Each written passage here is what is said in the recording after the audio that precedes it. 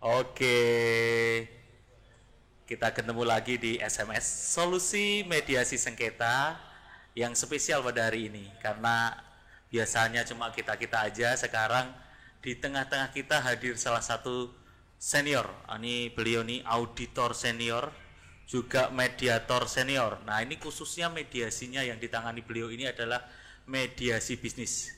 Yang terhormat beliau Pak Muhammad Masen. Gimana Pak kabarnya Pak? Mantap. Wah mantap. Wah ini gimana nih? Habis Lebaran? Habis Lebaran. Kemarin mudik nggak Pak? Saya mudik tapi terbatas dalam kota. Oh terbatas dalam kota. Berarti cuma Jogja saja iya, ya? seputar Jogja seperti tahanan kota lah. Tahanan kota ya. Memang kemarin sempat viral juga yang di Prambanan itu ya? Iya betul.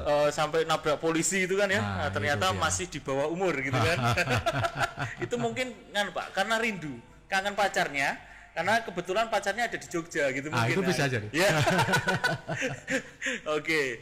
Baik Pak, ini saya mungkin tanya santai ya Pak ya. Oke. Berada dengan pengalamannya Pak Masun. Nah, ini saya tuh baru baca ini di berita. Ini sebuah artikel yang berisi basisnya itu dari penelitian gitu, yang dilakukan oleh salah satu relasi kita juga, teman kita juga, Conflict Resolution Unit yang ada di Jakarta Pak. Nah di situ tuh ada yang sebuah kutipan yang bunyi seperti ini: akumulasi biaya akibat konflik sosial sangat signifikan, namun diabaikan padahal berpotensi menghambat produktivitas perusahaan dan dapat merugikan komunitas dan pemerintah daerah. Nah, data itu kemudian dirangkum, ternyata Pak, saya juga ngeri juga lihatnya. Ini perusahaan, dari sudut pandang perusahaan ya Pak, itu ternyata ini kebetulan yang diteliti sama CRU ini adalah kelapa sawit Pak perusahaannya. Nah itu akibat konflik sosial itu kerugiannya mencapai 2.500.000 US dollar Pak. Itu belum termasuk sama 9 juta US dollar lagi yang diakibatkan oleh biaya tersembunyi. Contohnya seperti resiko konflik berulang, terus kerugian akibat memburuknya reputasi bisnis ya tentu saja ya, karena itu sangat akan berdampak.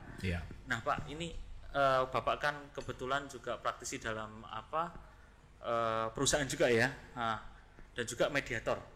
Nah ini apa pentingnya sebuah perusahaan itu mengatasi sebuah konflik seperti itu, atau mempersiapkan diri untuk menghadapi konflik? Karena saya yakin pasti tidak ada perusahaan besar, apalagi ya kalau contohnya kelapa sawit, yang tidak berkonflik. Betul ya Pak ya? Itu betul. Nah itu gimana Pak pendapat Bapak Pak? Tidak banyak di perusahaan atau di lingkungan bisnis yang concern terhadap masalah konflik. Oh gitu ya. Ya. Padahal di sini sebetulnya kalau kita tidak memanage dengan baik, itu berpotensi untuk high cost di belakang. Jadi semakin besar di belakang. Itu betul. Tidak banyak yang concern di sini. Dikira dan diasumsikan ini bisnis fine saja.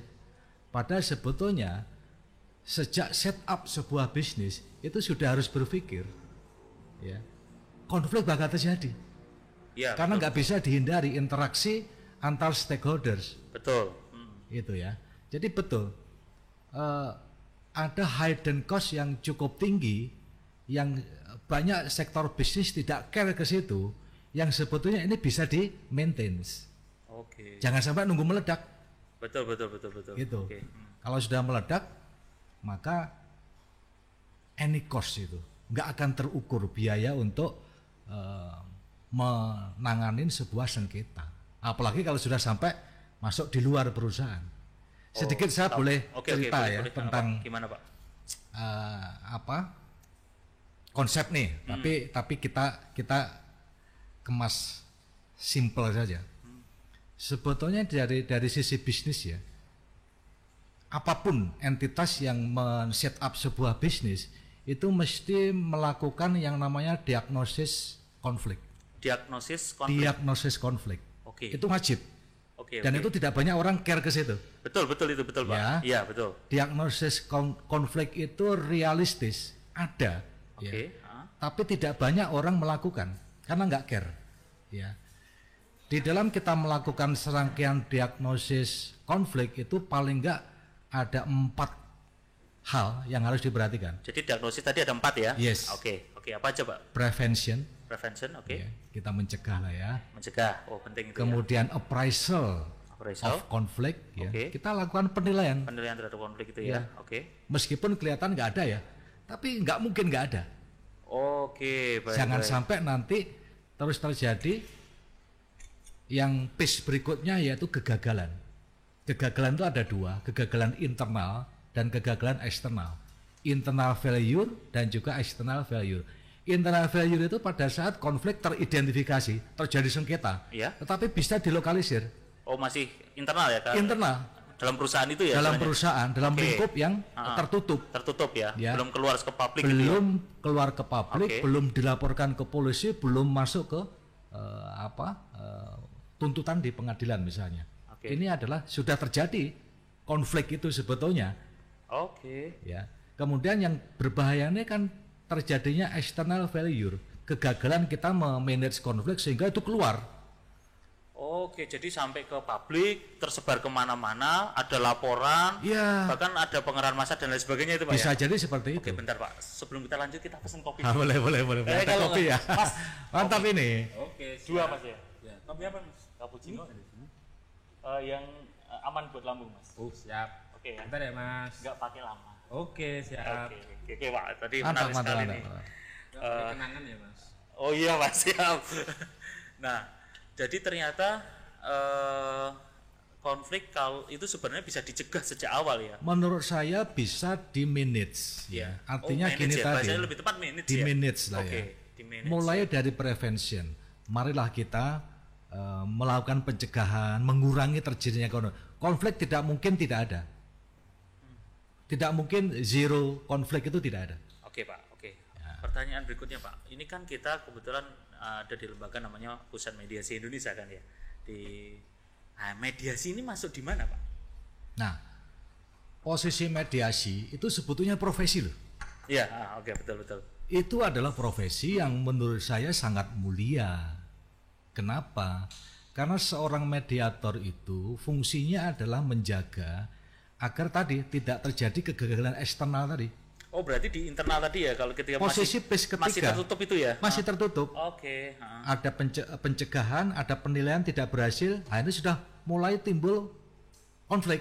Ada sengketa. Betul. Tapi mari dilokalisir, tertutup, kemudian damai. Nggak perlu kemana-mana. Berarti memang untuk memanage sebuah konflik, selain adanya mediator, profesi mediator tadi, perusahaan itu juga harus meng-hire kayak semacam analis konflik gitu ya Pak ya? Menurut saya itu perlu fungsi itu yang sebelumnya tidak pernah ada di struktur organisasi. Itu perlu loh di. Terima kasih Mas. Ya aman ya Mas ya. Ini nggak pakai cyanida juga toh? Nggak ada cyanida. Ini apanya nih Mas? Ini serbunya di coklatnya itu. Ini jadi di gini-gini ya. Ini bukan cyanida tuh. Saya ngeri sekarang cyanida itu. Kemarin loh Pak, terakhir itu loh kasus itu loh. Yang sate itu kan di cyanida juga Pak. Ini siapa tahu nih kok. Ini Mas ini agak mencurigakan itu. Enggak lah. Dari tampangnya aja nggak bau cyanida. Mas. Terima kasih ya. Pak. Jadi memang penting ya Pak sebenarnya untuk apa? Monggo Pak, silakan loh di santai aja. Ini nggak ada gulanya Mas? Ini langsung. Berarti campur. Sudah diberi gula ya. Sip. Gimana? Tadi terkait profesi tentang analis konflik seperti itu, atau orang yang memang manage sebuah konflik di perusahaan itu memang sebenarnya dibutuhkan ya. Paling enggak itu fungsi itu mestinya ada. Harus ada ya orang itu ya. Memonitor tingkat konfliknya sampai di mana. Atau mungkin kalau perusahaannya belum ada itu juga bisa hire dari luar juga ya. Saya kira bisa. Lembaga-lembaga profesi seperti itu Betul. Karena namanya konflik itu kan munculnya juga bisa dari eksternal perusahaan. Jadi seseorang yang berprofesi sebagai mediator itu bisa di-hire, tidak harus stay tiap hari di perusahaan, tapi dia fungsinya memonitor. Jangan sampai terjadi kegagalan tadi loh ya. Betul. Apakah pencegahannya tercapai, penilaiannya tercapai, apakah mau terjadi internal failure ya? Iya betul. Seorang mediator mestinya peka. Sangat ya. Iya, memang harus peka itu karena memang untuk di pelatihannya atau di pendidikannya kan diajarkan untuk menganalisa dan juga bernegosiasi dan juga melakukan mediasi itu sendiri. Harusnya mediator tersebut bisa mengatasi hal-hal tersebut. Oh, jadi memang sekarang ini belum banyak perusahaan yang dalam tanda kutip menyadari hal tersebut ya Pak ya. Belum banyak yang menyadari, akhirnya tidak ada program kerja ataupun setting dari organisasinya untuk membentuk itu sebagai fungsi termasuk organisasi. Anggaran tadi ya. Akhirnya anggaran dong. Itu nanti begitu udah fase 4 lagi bingungi gitu. Waduh piye ini kan? Anggaran. Nggak ada anggaran. Terus sementara konflik sudah membesar, bisa jadi sudah ada pertumpahan darah dan lain sebagainya. Itu jangan sampai. Oke, berarti mencegah dengan memanage konflik itu adalah salah satu solusi ya. Solusi. Oke. Karena kalau misalnya nggak kita manage ya, begitu masuk ke fase 4 ya sudah, itu sudah head to head lah istilahnya jelas, kan. Otomatis bahkan perusahaan tersebut bisa tutup ya. Akhirnya nggak mikir bisnis. Ya. Oh iya betul ya. Nyelesain sengketa saja. Oke. Udah ini taruhan nama baik ini, habisin. Nah itu sudah sampai harta pribadi pun akhirnya kan nggak sadar kita kena semua, rugi semua deh sebetulnya. Karena sebetulnya kalau kita masuk phase 4 ya, di mana konflik sudah melebar keluar, itu yang ada hanya win loss. Menang kalah aja. Menang kalah. Waduh. Menang kalah itu sampai kapanpun juga akan. Jadi hubungan tetap tidak terjalin ya, otomatis kan. Jadi sama-sama rugi. Jadi mau ngembangin di situ lagi itu misalnya kita tadi kelapa sawit di wilayah itu mau dikembangin mau 10 tahun ke depan, 20 tahun karena sudah ada tadi dendam tadi kan, otomatis itu ya menjadi tidak akan constraint yang sangat berbahaya, mengganggu banget tuh. Bagaimana konsentrasi ke tidak bisnis? produktif ya istilahnya. Pemikirannya hanya win loss, wah ini harus saya gempur macam-macam itu. Berarti rusaklah konsentrasi kita kan itu kan. Betul. Kira-kira seperti itulah. Mas Dodi pernah berkonflik juga kan? Pasti Pak. Nah kelihatan kan. Iya Pak, pernah berkonflik juga ya. Masnya itu yang sering berkonflik sama istrinya ya Mas. Oh iya, ini bicaranya tentang apa tuh? Tadi konflik mulu ya. Tentang apa ini? Ya tentang konflik tuh Mas. Konflik di Indonesia ya? Enggak, ini tadi kita ngobrol kan saya tuh baca berita ceritanya gitu. Nah berita ini terkait kan Pak Masun ini kan Mas ahli pakar ya. Gurunya guru. Mas kalau di audit itu ndeleki kopi siji konangan. Itu loh, ini bisa ketahuan ini kalau auditor nih sama auditor. Makanya untuk ini Mas Nur ini nggak pernah berkonflik sama istri kan? Enggak Pak. Joyo Endo Pak. Harus dia bojo. Urut bojo dua dia Pak.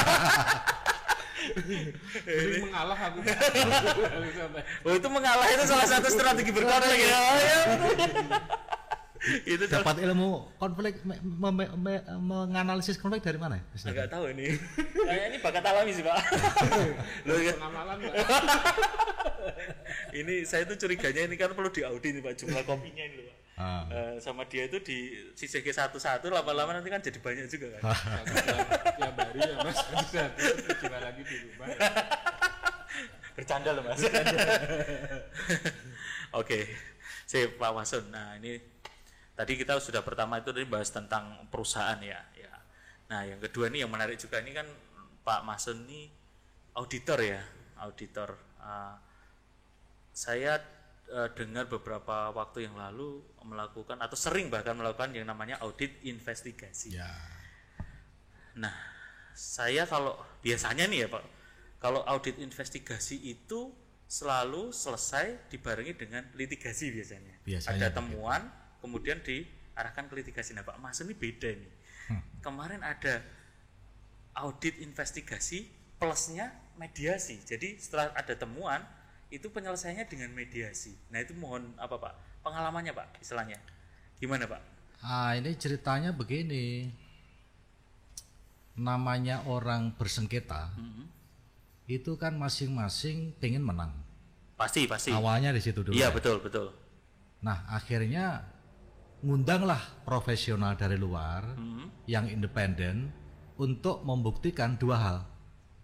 Satu, apakah betul-betul terjadi kecurangan? Karena munculnya konflik itu kan ada yang menduga ini salah satu berbuat curang.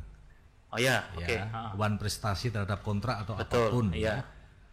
Kemudian yang kedua, akibat penyimpangan itu, kalau itu terbukti, maka berapa kerugian yang ditimbulkan. Oke, Nah, baik. dua hal itu Ya. yang akhirnya mendatangkan kita sebagai auditor investigasi atau istilah lainnya adalah auditor forensik Yap. untuk mencapai dua hal itu. Apakah betul terjadi kecurangan? Apakah dengan adanya kecurangan itu menyebabkan terjadinya kerugian yang Oke. bernilai berapa? Itu adalah tugas kami Oke. sebagai auditor. Oke. Oke. Setelah itu kami lakukan Ya. penugasannya dengan standar profesi auditor, Ya. maka pertanyaannya adalah dua hal yang akan diputuskan. Apakah ini dilanjutkan untuk litigasi? Oh ya, Berarti harus ngikutin prosedur litigasi, tuntutan dan lain sebagainya itu ya. tuntutan sampai nanti pengadilan. Ya, oke. Nanti akan mendatangkan saya sebagai ahli untuk Oh, jadi saksi. saksi ahli. Oke, saksi istilahnya, ahli, ya. istilahnya memberikan keterangan ahli. Gitu ya. Keterangan lagi. Oke. Dari hasil investigasi tadi Dari ya. hasil investigasi. Nah, Saya menyarankan tidak menyebut sebagai saksi ya, tapi tapi ahli. oh ahli. Dan bukan saksi ahli loh. Oh, Tolong oke. di Oke, kan biasanya seperti itu Pak ya. itu umumnya umumnya. saksi. Oh, Karena saksi itu sebetulnya seseorang yang melihat itu perkara, betul. melihat terjadinya, Oke. ya, kemudian mendengar, ya kan, kemudian mengalami. Karena ini tidak Itu saksi. saksi betul kan? Kalau Ya, auditor betul. itu Beda, ahli, beda. ya, karena Oh, ahli. hanya Oke, melihat baik, data, kemudian ngetrace ya, mengurai kronologis ya, menyusun konstruksi kasusnya, kemudian menilai kerugian. Jadi kita bukan sebagai saksi tapi ahli Oke. yang nanti akan memberikan keterangan ahlinya di depan Pak Hakim. Oke, depan pada saat pengadilan. persidangan ya. Ya. Tapi itu sebetulnya kan prosedur litigasi yang sangat panjang Pastinya. Ya. dan tentu orang yang sudah masuk ke proses litigasi itu nggak hanya biaya ya, waktunya, energinya, itu Psikisnya banyak. juga pasti kena gitu kan ya. Udah. Dan itu belum lagi kalau nanti ada banding dan lain sebagainya itu ya. Pasti. Sampai ke MA kasasi. Keputusan yang diambil dari proses litigasi adalah win-loss. Tadi balik lagi ke perusahaan tadi, tidak ada selesainya kalau kayak gitu. Yang loss akhirnya masuk ya, yang win wah menang kan ya. Apakah itu selesai? Nggak selesai loh. Berarti boleh dikatakan sampai habis duitnya aja nggak akan selesai. Mungkin gitu. seperti itu bahasa lainnya. Sehingga saya sering memberikan satu alternatif kepada teman-teman kita yang sedang bersengketa, di mana saya masuk sebagai auditor investigasi. Kenapa nggak dimediasi saja? Oke, itu berarti kalau seandainya ini kan tadi ada istilahnya kecurangan lah, atau istilahnya yang kerugian yang diakibatkan. Nah itu kan masuknya ke ranahnya pidana ya Pak ya sebenarnya. Pidana. Nah ternyata itu juga bisa dimediasi Pak ya. Iya, asalkan kita nggak usah tempuh jalur litigasi itu. Oh tadi masih istilahnya masuk ke nomor 3 tadi ya kalau perusahaan. Oke. Masih tertutup tadi. Masih tertutup itu tadi ya. Oke, betul. Mari kita kumpul. Tak hitungke kerugiannya piro, kan itu kan, istilahnya gitu kan. Betul. Nah ini pihak yang merasa dirugikan ini kan akan minta dikembalikan. Oke. Kalau misalnya ini yang diminta mengembalikan sudah setuju, ya wes tak balik ke diangsur ping piro misalnya kan. Itu malah justru kalau bagi perusahaan juga menguntungkan ya Pak ya. Menguntungkan, Karena sampai di situ. Jelas biaya konfliknya lebih murah. Selesai. Ya kan? Terus kemudian kerugian tadi dapat diminimalisir ya. Itulah. Oh iya menarik sekali. Jadi kan itu ya. kerugiannya bisa balik, kemudian perkaranya nggak diekspos kemana-mana. Betul. Jadi kemudian silakan balik ke nama baik bisnisnya. tadi tetap aman, kerugian minimal, terus kemudian hubungan baik itu masih bisa terjalin. Iya, gitu itu kan. dia. Yang sudah terlanjur tadi melakukan kecurangan atau apa itu ya. Wes, itu jalur juga ngapura. minta maaf selesai. Tinggal nanti berikutnya harus tanda tangan nota perdamaian ya. Oh iya, kesepakatan perdamaian itu tadi ya. Iya, oke. Nanti mediatornya harus menjadi saksi. Kemudian ini disepakatin. Wah, itu bisa jadi tren baru harusnya. Itulah yang disebut dengan win-win solution. Mantap itu Pak sebenarnya. Selesai. Dan itu bagi saya sebagai auditor plus mediator sangat merasa lega. Karena endingnya adalah ending yang menurut saya mulia dan bijak. Betul. Selesai. Gak ada permusuhan. Gak ada. Mari kita kembali lagi ke bisnis. Iya betul, makanya lebih ke bisnis dan lebih produktif nanti. Menurut saya ya. begitu. Oke, jadi sebenarnya audit investigasi itu nggak melulu diselesaikan dengan litigasi ternyata ya. Justru saya merekomendasikan untuk dimediasi. Asik, betul. Menarik sekali Pak. Nah ini kita sekarang lebih tajam ke mediasinya ya. Ini kan kita ngobrol santai aja nih Pak. Boleh minum dulu ya? Boleh, silahkan Pak. Ayo saya juga minum nih Pak, haus nih Pak. Silakan Pak diminum Pak. Asli ya Mas ya? Asli Oke. Pak. Asli kan? Nggak ada cyanida? Belum Mas. Oke gitu. Untuk Pak Masun asli kan ya? Ini perlu dicampur nggak ini? Oh ini di Coklatnya, coklat. granule, apa namanya apa? Granule. Iya, granule. Oh grande. Ini cyanidanya Pak ini Pak. Aman.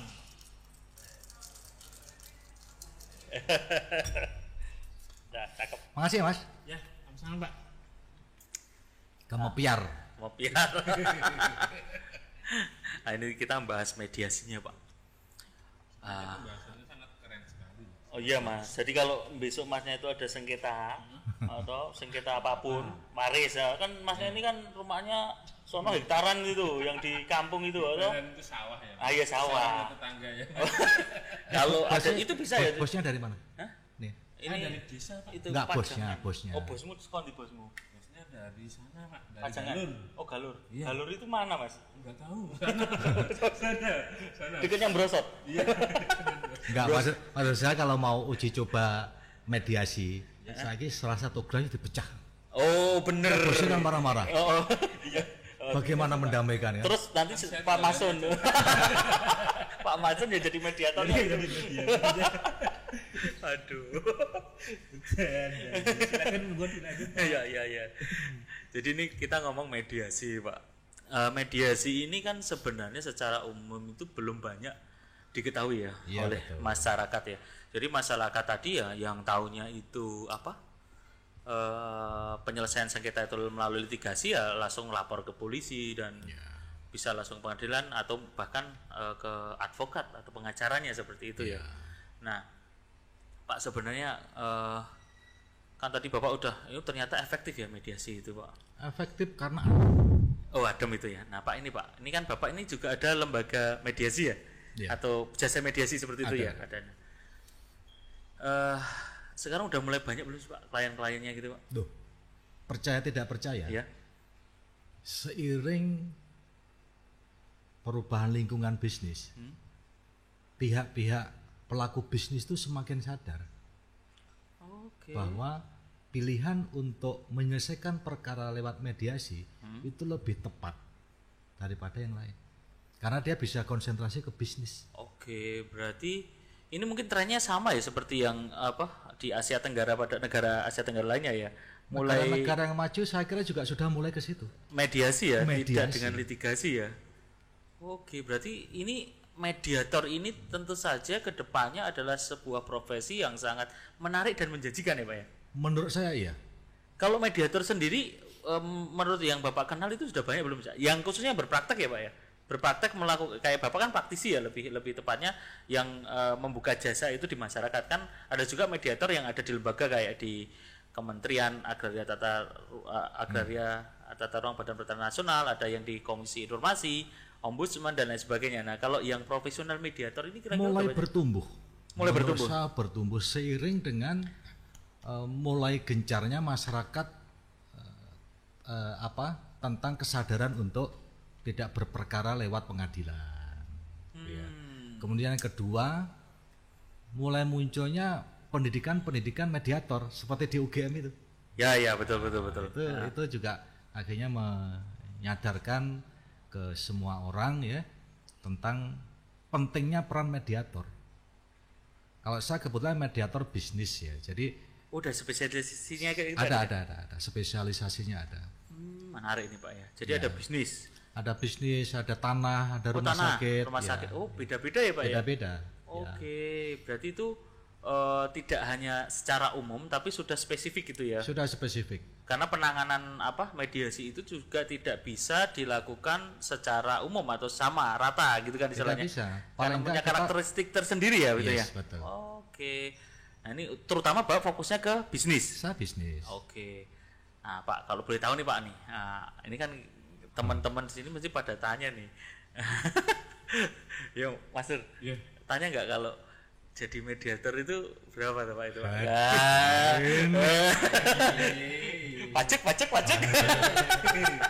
Enggak, tapi ini mungkin untuk apa ya istilahnya motivasi ya teman-teman, apalagi untuk memperkenalkan, karena adem tadi loh, mediasi ini ternyata adem, bisa menjaga hubungan baik, bisa menghindari konflik yang lebih panjang, terus kemudian banyaklah keuntungan yang lain juga. Nah, tentu saja teman-teman ini kan pada kira-kira kalau saya jadi Pak Mas hukum bukan sih? Bukan. Wow. Saya akuntan. Berarti nggak harus hukum juga ya? Harus. Selama ini banyak identik hukum ya? Enggak dong, enggak mesti seperti itu. Enggak mesti juga ya, menarik juga nih. Nah ini kira-kira Pak, kalau mungkin secara detail kan nggak mungkin ya, range-nya itu kalau misalnya menangani sebuah konflik ya silakan dicontohkan misalnya di perusahaan atau apa, tapi kan nggak usah menyebut perusahaannya kan tentu saja ya. Itu kira-kira bisa dapat berapa sih Pak seorang mediator itu Pak? Sebetulnya tidak ada rate standar ya. Oh nggak ada, belum ada ya? Tidak ada itu. Oke. Semua bergantung kepada kekuatan dan budget dari pihak yang bersengketa. Oh jadi kita harus melihat ke situ ya? Harus melihat ke situ. Oke. Jadi kalau yang bersengketa itu perusahaan UMKM, ya jangan disamakan dengan yang sudah go public. Go public, ya betul. Kira-kira seperti itu ya. Betul. Bisa mengira-ngira sendiri kan. Dan yang kedua, kita nggak boleh mendoakan orang berkonflik loh ya. Jadi kan, meskipun kita itu sebagai mediator, njur tungone, muga-muga njur. Ini kayak materi kayak. Muga-muga ya Allah. Jangan dong. Gitu ya. Dengan filosofi seperti itu ya, menurut pengalaman saya ada sayang Pak minta tolong ini didamaikan. Oke. Ya. Bener nih nggak masuk litigasi, bener Pak. Akhirnya iya. Begitu kita nampakkan sebetulnya penyimpangannya di mana, begitu kita nampakkan sebetulnya pihak yang dirugikan itu dirugikan berapa, ya wes rampung, wes saya kira diselesaikan gimana, mau dibayar sekaligus apa termin, ya, itu kan dua belah pihak, nggak kemana-mana udah. Iya ya sebenarnya. Adem. Berarti dan nggak boleh ngompor-ngompori. Ngompor-ngompori. Gini Pak. Berarti kan kita ngomong ke profesi mediator ini sendiri. Berarti mediator ini menjanjikan ya? Kalau menurut saya sangat menjanjikan. Sangat menjanjikan ya. Jangan khawatir untuk memilih profesi mediator. Masa depannya kayak apa ya? Ya kan mesti kan pertanyaan teman-teman seperti itu Pak. Ini kalau saya ikut misalnya jadi mediator nih, kan? Ini kebetulan saya bukan background atau basic hukum gitu kan. Ini bisa enggak? Satu itu mesti pertanyaan, karena kan mayoritas lembaga pendidikan dan pelatihan itu basisnya hukum, walaupun memang di UGM tidak ya, multidisiplin gitu kan. Ada yang hukum, ada yang ekonomi, ada yang visipol dan lain sebagainya ya. Nah itu kan menarik gitu kan ya. Memang tapi kan pertanyaan utama tadi, kalau saya invest sekian ini untuk menjadi seorang mediator, kan sekolah bayar ya Pak ya, sekolahnya bayar kan ya. Itu menjanjikan, itu banyak pertanyaan itu saya dengar itu dari teman-teman atau mungkin yang biasanya yang fresh graduate itu. Cukup wajar. Itu kira-kira gimana Pak? Prospeknya itu bisa digambarkan secara lebih detail gitu? Ya beda-beda ya. Artinya kalau kita kalkulasinya itu loh, kalkulasi dagang ya kan ya. Kan pasti kayak gitu kan. Betul. Saya yang pos pendidikan mediasi kan banyak yang gitu juga itu Pak, maksudnya itu wajar ya. Dan semua sebetulnya tergantung ke masing-masing bagaimana strategi untuk menjadi profesi mediator. Saya tuh pas belajar mediasi di UGM ini, selama proses belajar sudah ada yang order kok. Itu baru belajar ya? Hari keempat. Aduh.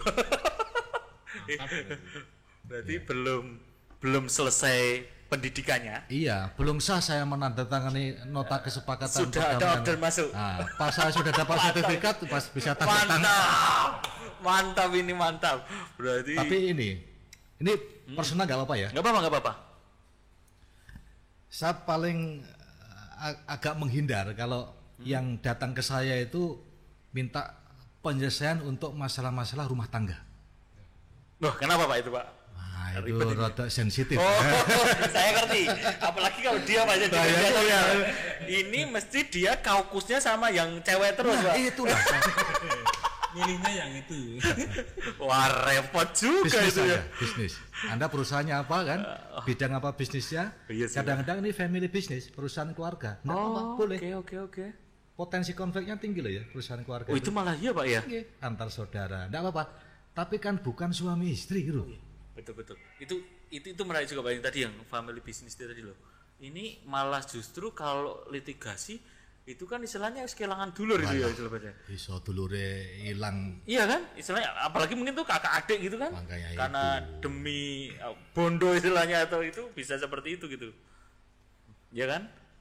Nah, terus kemudian berarti selain menjanjikan tadi tapi juga ada ya Pak yang spesialis khusus untuk rumah tangga itu ada kan Tapi saya lihat itu nggak formal. Nggak formal ya. Jadi kerjanya itu rada lucu itu. Disuruh memata-matai ini suaminya selingkuh apa enggak. Nah, itu kerjaan apa kan itu kan. Ada profesinya tapi menurut saya itu ilegal dan di luar profesi mediasi. Enggak seperti itu. Wah, ini menarik. Ini saya besok harus cari yang khusus untuk mediator syariah ini kayaknya. Itu Yang sudah khusus masuk spesialis. untuk masuk spesialis yang menangani rumah tangga mungkin ya. Tapi kalau di luar itu kita ngomong rumah tangga nih Pak ya. Saya dengar beberapa referensi itu katanya kalau di Australia kalau perceraian itu yang diselesaikan itu bukan pisah atau enggak pisah karena mereka jelas pisah. Kalau di Indonesia kan enggak. Pisah atau enggak pisahnya diselesaikan dulu. Ya kan belum tentu mereka pisah. Gitu kan. Nah, nanti sengketanya bisa berbalik kalau di Indonesia. Dua orang suami istri dengan advokatnya gitu kan atau dengan mediatornya gitu kan. Bisa jadi seperti itu malah. Nah, itu kalau di sana itu yang diselesaikan adalah akibat dari perceraian, misalnya hak asuh, biaya anaknya, terus kemudian rumah dan tanggungan yang lain gitu. Ya. Mungkin karena sudah cukup modern, nah mungkin saya yakin kedepannya Indonesia juga seperti itu. Makanya tadi ya selain ada apa kesehatan, pertanahan ya Pak ya, bisnis dan juga yang lain ya. Itu berarti sangat spesifik ya profesi mediator itu ya. Karena kita harus menguasai core konfliknya itu, bukan core of the core ya. Core of konfliknya. Ahli dari ahli. Inti konfliknya itu kalau kita nggak kompeten di situ mana bisa. Oh kan, yes. Iya juga ya. makanya ada yang ahli kesehatan tanah. Kalau misal nih Pak, Pak Masun dapat apa klien nih, ini kebetulan kasusnya malpraktek gitu. Bagus. Malpraktek itu sering kan. Itu gimana? Apakah kan kebetulan Pak Masun basisnya bisnis tadi kan, core-nya bisnis bukan kesehatan gitu kan. Apa ada alternatif kayak misalnya komediator atau apa kayak gitu tuh bisa Pak? Bisa banget. Oh bisa banget ya? Bisa dong.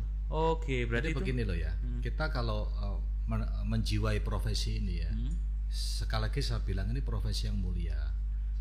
Tapi kita harus bertanggung jawab terhadap profesi ini. Ya. Jangan serius-serius ya. Iya. Jadi kalau denger Pak Mas ini kayak itu. Sek, Pak. Ngomong umum enggak rasa serius ya. Kuliah umum ini jadinya. Ngopi sih. Ngopi dulu. Wah. Ini Saya boleh tanya enggak? Tak jawab sih ki. Mau jawab kok. Iya. Gini loh, sing tadi saya bilang. Pada saat kita berprofesi mediator ya, sama mediator bisnis. Kriteria bisnis itu kan harus dipahamin. Kalau kita ke perusahaan ya, kita harus paham yang namanya tata kelola perusahaan. pasti ya. Harus paham peraturan perusahaan, harus paham SOP, harus paham peraturan perseroan terbatas. Kalau itu PT kan. PT, ya betul. Nah, selanjutnya kita juga harus melihat kontrak-kontrak yang terjadi di situ. Karena semua penilaian terhadap penyimpangan itu akan dihubungkan dengan kriteria ini. Ya kan? Apakah itu terjadi penyimpangan apa tidak? Sesuai SOP enggak? Iya. Sesuai kontrak enggak? Baru kita akan melihat kerugian. Betul. Termasuk KUHP ya. Kalau misalnya ini yang melaporkan dan meminta bantuan mediasi ke kita itu, Pak ini ada penggelapan Pak, kasirku nyolong. Nah itu kan kita harus paham. Bartenderku nyorong gitu kan. Nyolong apa dulu? Terus gimana tuh? Nah, itu adalah kita lihat KUHP misalnya itu dihubungkan dengan 372 penggelapan, 374 penggelapan dalam jabatan. Pak ini ada bagian pembukuan saya membuat laporan palsu misalnya kan. itu sudah masuk 378 penipuan pembukuan misalnya kan. Yang seperti ini kan kita harus pahami kriteria, sehingga untuk menemukan sebuah kecurangan itu kita dasarnya itu jelas, mulai dari undang-undang perseroan, SOP perusahaan sampai kalau itu pidana ya KUHP. Cuma tadi saran saya, mbok ya diselesaikan secara damai. Begitu ini diungkap, ayo solusinya gimana? Saran saya adem wae lah, win-win solution. Oh jadi ya gimana Mas Nur? Memang penting ya ternyata. Jadi gini Pak, yang di luar negeri saat ini kan ada yang terjadi peperangan antar negara. Itu apakah bisa dimediasi? Perang ini. Wah, perang itu sing bisa jawab solusinya cuma sing dari itu Pak kan empire itu. Sudah empire itu Pak. Mungkin lah ya. Pendapat maksud sendiri gitu. Itu konflik internasional ya mungkin. Konflik internasional. Ya Jadi mungkin salah satunya bisa ya. Kalau saya melihat perkembangan ilmu ini ya, itu sangat bisa. Ya. Itu dengan mempertemukan presiden satu dengan yang lain gitu. Ya apapun cara yang ditempuh ya untuk menemukan titik tengah ya, ini menurut saya sangat mungkin dilakukan dengan bekal mediasi ini tadi. Goalsnya kan terjadi mediasi, terjadi titik temu kan. Sekarang aja kan gencatan itu. Iya, sama. Kenapa bisa terjadi gencatan? Karena kan dimediasi. Sama-sama kita memikirkan rakyat misalnya kan. Ayolah gencatan dulu. Gencatan itu kan pasti ada yang memediasi. Logikanya begitulah kira-kira. Ya nggak mungkin langsung ketemu gitu juga ya. Iya, tapi ya rotok kaduan sih kita mikir. Atau mungkin negosiasi ya Mas. Kalau nggak mediasi mungkin negosiasi. Tapi kan itu unsur-unsur mediasi. Itu unsur-unsur mediasi. Gitu Mas. Tapi ternyata berat juga ya pertanyaannya. Iya, saya nggak nyangka. Bartender suka pajangan nih. Mana Mas tadi Mas? Kamu dari mana? Berat, Selarong. Oh, dari Selarong. Selarong City. Itu ternyata cukup nganu ya. Mantap. Cukup mantap. Pemikirannya itu sudah off the box ya. Mikirnya negara lain. Itu loh ya. Negara sendirinya nggak diurusin. Emang itu seperti itu Pak. Jadi yang diurusin itu orang lain gitu kan. Oke. Baik Berarti Pak. kalau dari nenek moyang itu nggak bisa ya? Duh, sebetulnya mediasi itu ya ilmunya kan sejak turun temurun orang tua kita, sesepuh kita, mbok sing rukun le, kan ya. Iya. Terus tokoh adat itu juga secara nggak langsung melakukan mediasi. Ini menarik nih Pak ini nyambung dari Mas Nur nenek moyang nih. Bener ini. Ini saya lihat, saya amati beberapa saat terakhir ini jadi berkembang di Indonesia, terutama di dua tempat, Aceh sama NTB, yaitu mediasi di ranah desa Pak. Ini kan tadi nih. Jadi saya membaca beberapa referensi dan mungkin nanti referensinya bisa ditunjukkan ya, Mas Nur ya. Nah, ini Bobi baca juga. Oh iya, luar. Jadi ternyata di masa Orde Baru itu Pak, kekuatan kan dulu kan mungkin kerajaan, terus kekuatan seperti pemerintahan yang bersifat lokal desa seperti itu tuh dibendung gitu, atau istilahnya dibatasi untuk sentral kan ke pusat semua gitu. Jadi kemudian setelah adanya daerah mulai ada istilahnya wewenang di situ, itu mulai lagi ada perda-perda muncul. Nah, salah satu yang sudah saya datang sendiri itu dan juga baca itu di Lombok Pak. Di sana ada balai mediasi dan juga yang di Lombok Utara itu majelis Krama Desa. Itu menarik Pak. Ternyata di sana itu ada mediator di level desa Pak. Isinya itu tokoh-tokoh masyarakat, tokoh-tokoh adat ya, dan juga misalnya guru yang dituakan lah istilahnya, atau yang diseniorkan di situ, ataupun aparat-aparat di situ. Nah, itu jadi mediator di situ Pak. Oh iya. Dan itu Pak ternyata bisa menekan angka untuk masuknya sebuah sengketa itu di Indonesia, di pengadilan di yang kalau yang saya lihat itu di Lombok ya. Nah, itu gimana Pak pendapat Bapak ini? Satu itu kearifan lokal yang harus dipertahankan. Justru malah itu dipertahankan harus ya. Dipertahankan. Oke. Yang kedua itu adalah sisi positif dari budaya Timur yang disegani oleh banyak negara sebetulnya, kearifan penduduk ya, penyelesaian sengketa yang bijak. Betul. Itu dua variabel yang menurut saya harus dipertahankan dan justru dilestarikan. Betul Pak, dan memang saya lihat itu cukup efektif Pak. Ya, pertanyaan yang kemudian muncul adalah dengan adanya profesi mediator yang resmi dari PERMA ya, dari regulasinya PERMA ya, apakah yang seperti itu nggak bisa diakomodasi? Menurut saya bisa, karena mereka sudah turun-temurun ya berprofesi meskipun dia nggak ikut pendidikannya UGM misalnya, tapi itu bisa bagusnya yang Lombok kemarin, dia selain turun-temurun dan dia basis sosialnya itu udah kuat, misalnya dia anak kepala suku atau kepala sukunya sendiri kan udah punya basis sosial yang kuat ya untuk menjadi seorang mediator, tokoh ya, penokohannya udah kuat. Ini kemudian ikut juga pelatihan mediasi, very good, jadi sempurna gitu kan. Jadi secara existing dia sudah diterima oleh publik karena sebagai tokoh masyarakat.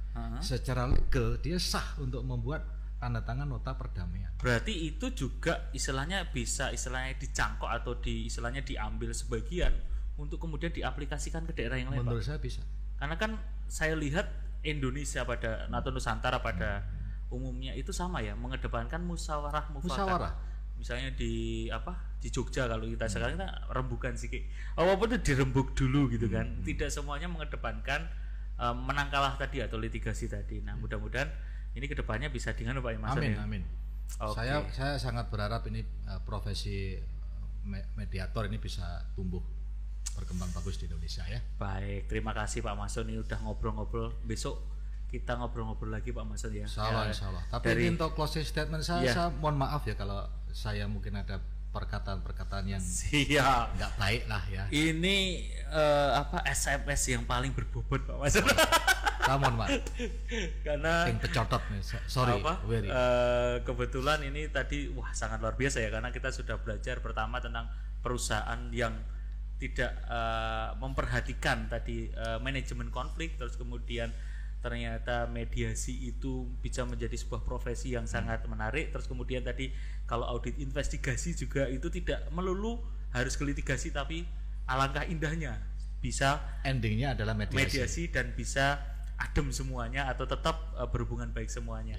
Dan kemudian tadi yang terakhir kita bicarakan, akar budaya kita, nenek moyang kita sudah melakukan mediasi, kita tinggal istilahnya menumbuhkan kembali, kemudian menyebarkan mediasi sehingga kedepannya mediasi ini menjadi penyelesaian utama di Indonesia, gitu Pak Mason ya? Iya, betul sekali. Oke, terima kasih Pak Mason atas waktunya, semoga ini bermanfaat untuk kita semua. Terima kasih, mohon maaf. Salam mediator teman-teman. Wassalamualaikum warahmatullahi wabarakatuh. Waalaikumsalam.